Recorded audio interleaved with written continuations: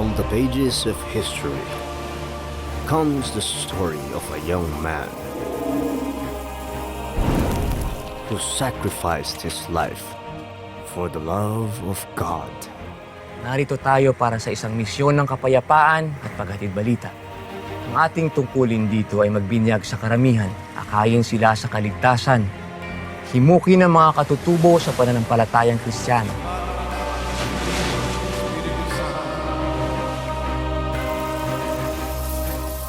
It was a time of danger. Sa pulong ito ay ako ang Diyos. Salita ko lamang ang susundin ng mga kasamahan. Friendship.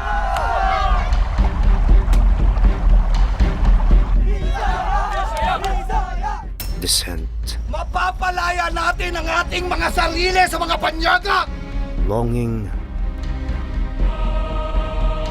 Sacrifice.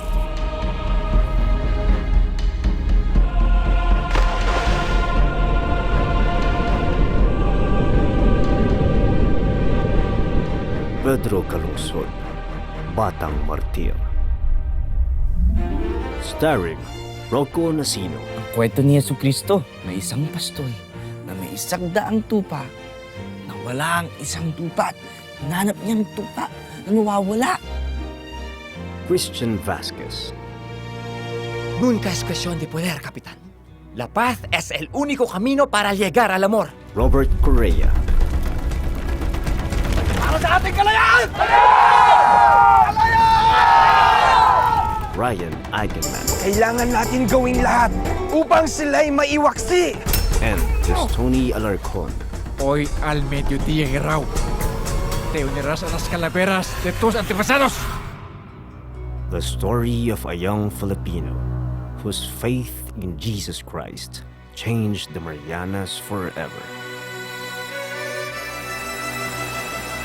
In the Year of Faith, writer-director Francis O. Villacorta.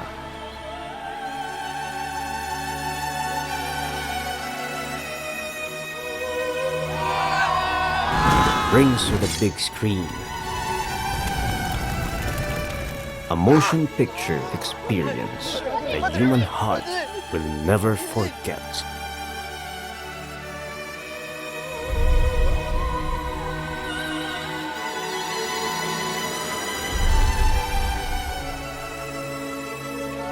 Pedro Calungsod, Batang Martir.